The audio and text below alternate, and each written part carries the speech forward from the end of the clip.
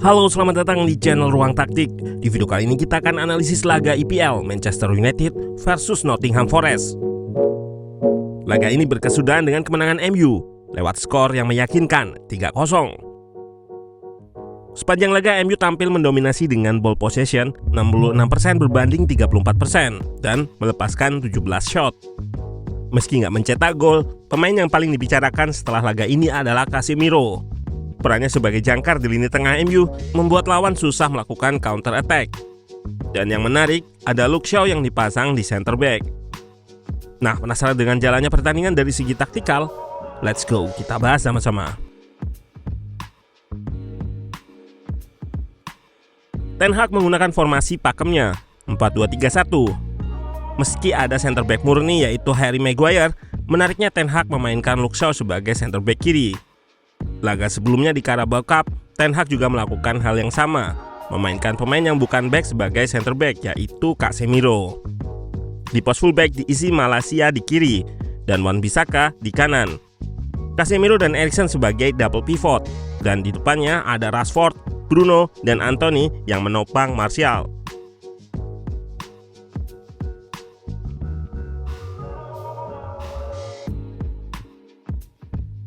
Dalam proses bangun serangan, MU menggunakan shape yang sangat dinamis dan variatif. Bisa start build up dengan 2 center back dan 2 DM sehingga 2 fullbacknya naik. Lalu MU juga bisa build up dengan salah satu fullbacknya yang invert masuk ke area pivot.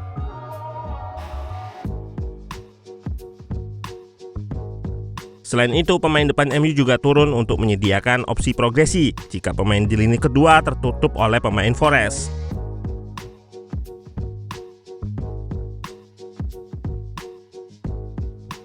Nampak juga MU beberapa kali melakukan rotasi posisi antara pemain di lini pertama dengan pemain di lini kedua.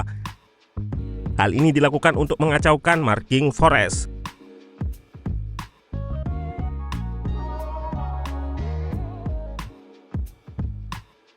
Dengan shape yang variatif dan pergerakan tanpa bola dari pemain MU, membuat Forest bingung dalam melakukan marking sehingga beberapa kali terbuka opsi progresi ke tengah. Setan Merah membuka keunggulan di menit 18 melalui skema corner kick yang cukup rapi. Terlihat pada proses gol ini, Varane terlebih dahulu melakukan horizontal run, menarik markernya. Juga terlihat blocking yang dilakukan oleh Bruno dan Casemiro. Setelah itu disusul dengan horizontal run Rashford ke ruang kosong di mana Eriksen melepaskan umpan mendatar. Di sini juga terlihat positioning dari Anthony di depan kotak yang mengikat satu pemain Forest, sehingga nggak bisa menutup ruang yang diekspos Rashford.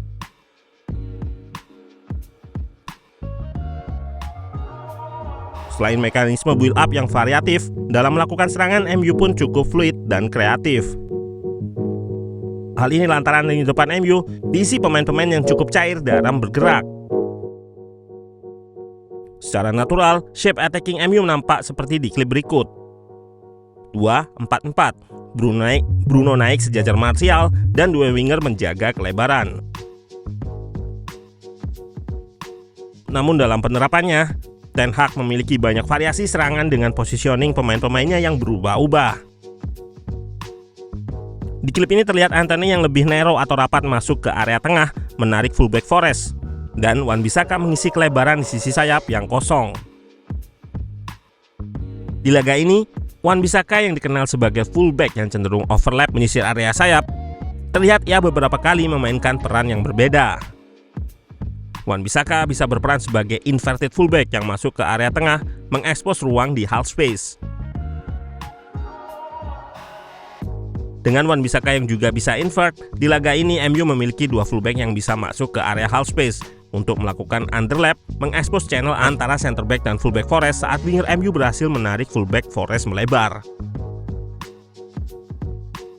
Selain itu, yang membuat serangan MU terlihat fluid adalah front line mereka, terutama Martial yang diberi kebebasan untuk bergerak turun atau melebar ke sisi sayap.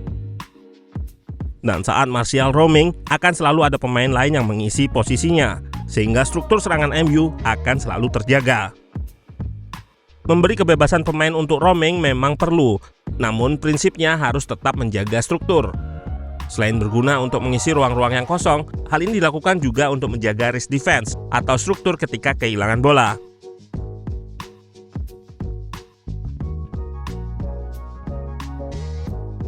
Di laga ini para pemain MU juga sangat aktif melakukan off the ball movement atau pergerakan tanpa bola. Off the ball movement ini dilakukan untuk membuka ruang bagi pemain lain ataupun untuk mengekspos ruang kosong di pertahanan Forest.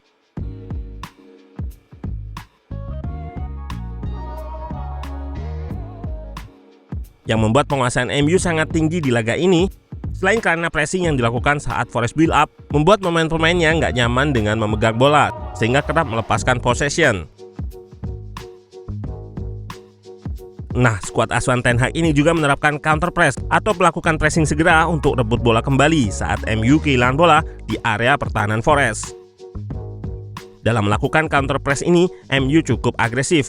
Bahkan dua center back-nya bisa naik untuk melakukan counter press ke area yang tinggi dan mencegah pemain Forest untuk balik badan.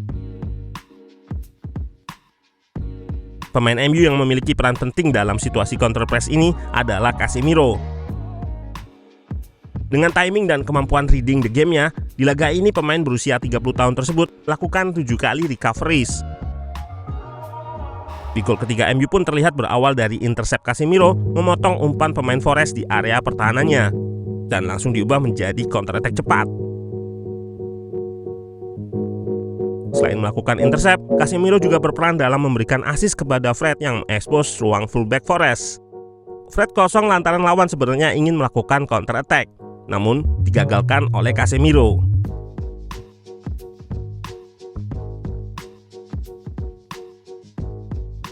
Bahkan di gol kedua MU juga berawal dari tackle bersih Casemiro di area pertahanan yang menjadi awal momen counter attack MU. Setelah tackle Casemiro ini, MU langsung melakukan serangan balik cepat dengan long ball Bruno kepada Rashford yang bebas di area sayap. Vertical run Anthony menarik backline Forest untuk turun dan Martial yang memahami pergerakan tersebut melakukan late run sehingga ia bebas di depan backline Forest dan berhasil cetak gol di area itu setelah menerima umpan dari Rashford. Kemenangan ini seolah menunjukkan MU bisa tanpa Ronaldo yang hengkang sebelum Piala Dunia lalu. Namun di akhir laga, Ten Hag menyebut bahwa kebutuhan striker masih diperlukan. Namun ia juga menyebut harus disesuaikan dengan aspek sporting serta finansial. Menurutnya dengan tambahan pemain penyerang akan membantu tim mengarungi paruh kompetisi yang masih panjang dan berat. Tentunya setelah kehilangan target Gakpo, memang opsinya menjadi menipis.